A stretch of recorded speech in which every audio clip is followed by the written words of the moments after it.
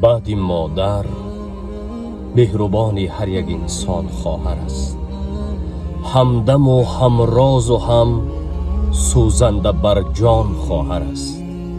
خواهر این در زندگانی گنج نایاب است به ما، قیمت از این قیمت از آن قیمت از جان خواهر است. گرچه دارد خانه و کاشانه و فکری زیاد، لیک به فکر دادر خیش دل پریشان خواهر است. گر خمار مادری گم کرده گیرد کس را، آن دمی تنهایی بر دل همچو درمان خواهر است. هرگه گیرد خماری مادرم، خواهرم بر خانه تو می روم.